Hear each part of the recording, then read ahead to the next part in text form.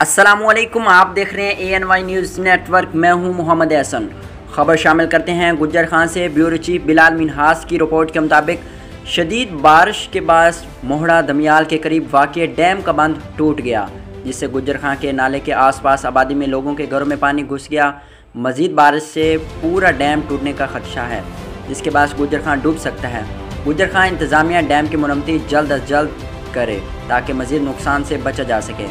मोहड़ा दमियाल और हामिद जंगी और मोहड़ा मुल्का के दरमियान वाक़ डैम जो आज रात बारिशों की वजह से टूटने से गुज्जर खान शहरी आबादी में पानी घरों में दाखिल हो गया है।